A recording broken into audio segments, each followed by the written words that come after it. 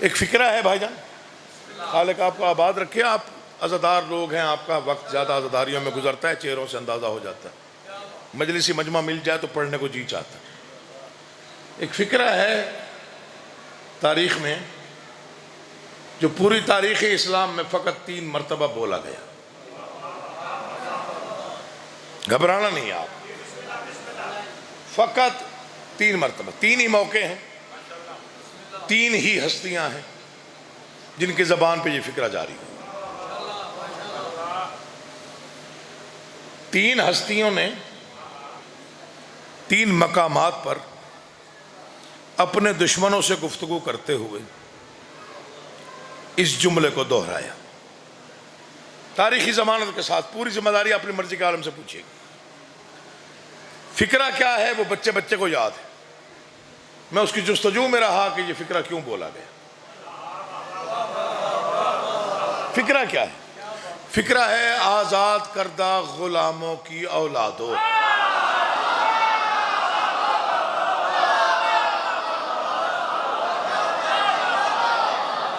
حسین آپ کو ذیشان بھائی، مولا آپ کو اس سے مزید منزل اور عروج عطا فرمائے۔ ممبر سے دعا دے رہا ہوں، میں بسم اللہ کرنا جی، اٹھے ہوئے ہاتھوں کو سلام ہے۔ میں بڑی جستجو میں رہا، بچپن سے لے کے جستجو میں تھا کہ اس فکرے کو کس لیے یہاں پہ گفتگو میں استعمال کیا گیا۔ ظاہر ہے علم کم ہے نا، جستجو کرنی پڑتی، اور پھر بادشاہ بھی کرم کر دیتے ہیں۔ پھر یہ پتہ چلا کہ یہ پوری تاریخ اسلام میں صرف 3 مقامات ہیں جہاں بولا گیا۔ جو فکرہ اتنا کم بولا گیا ہو اس کا مطلب بڑا اہم ہے۔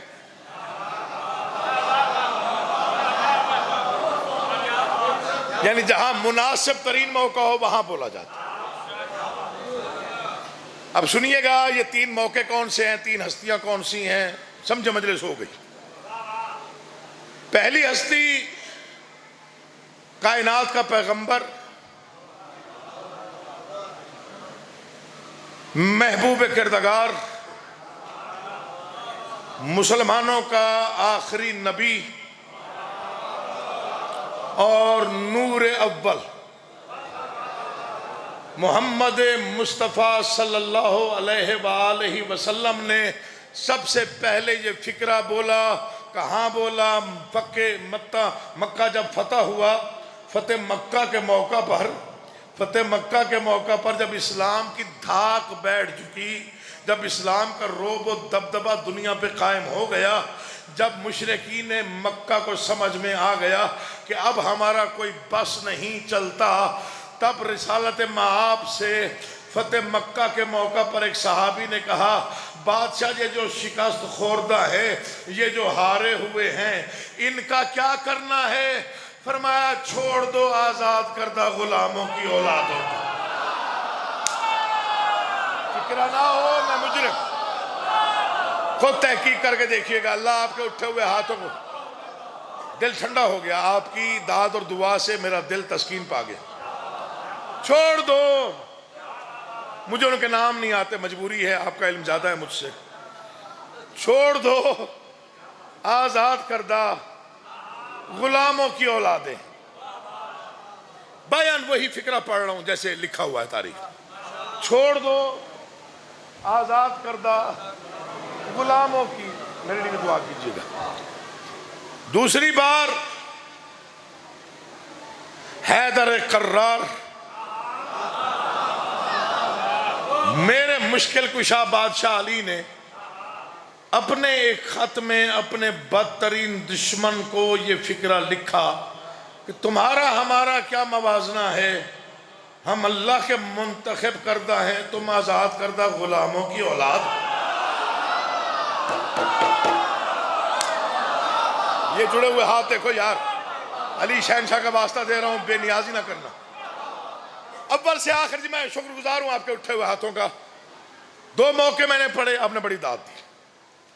جب مکہ فتح ہوا، پیغمبر نے بولا، یہ ذکر پاک ہے، مجھے اس کی قسم ہے، کوئی بڑی بات نہیں تھی رسول مقدس کا یہ کہہ دینا کہ چھوڑ دو آزاد کردہ غلاموں کی اولادیں، کوئی بڑی بات نہیں تھی۔ اسلام پھیل چکا تھا، رعب و دبدبہ تھا، مکہ فتح ہو چکا تھا، مشرکین ہار چکے تھے، مشرکین کا تقریباً اس وقت بس نہیں چل رہا تھا کسی بھی کام پہ، بول دینا کوئی بڑی بات نہیں تھی۔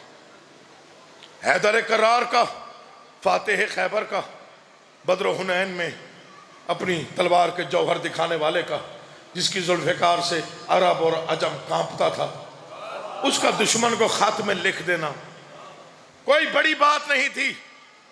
یہ جڑے ہاتھ دیکھنا، بے نیازی نہ کرنا۔ تیسرا موقع بڑا اہم ہے، دربار دشمن کا تھا، تخت دشمن کا تھا، تخت پہ دشمن تھا، ہواری دشمن کے، خوشامدی دشمن کے، تماشا دیکھنے والے دشمن کے۔ جب یزید ملعون نے کہا آپ نے دیکھا کہ آپ کا کیا حال ہوا، علی کا بیٹا نہیں تھا، علی کی بیٹی کو جلال آیا، جلال آمیز لہجے میں فرمایا خاموش، آزاد کردہ غلاموں کی اولاد ہو۔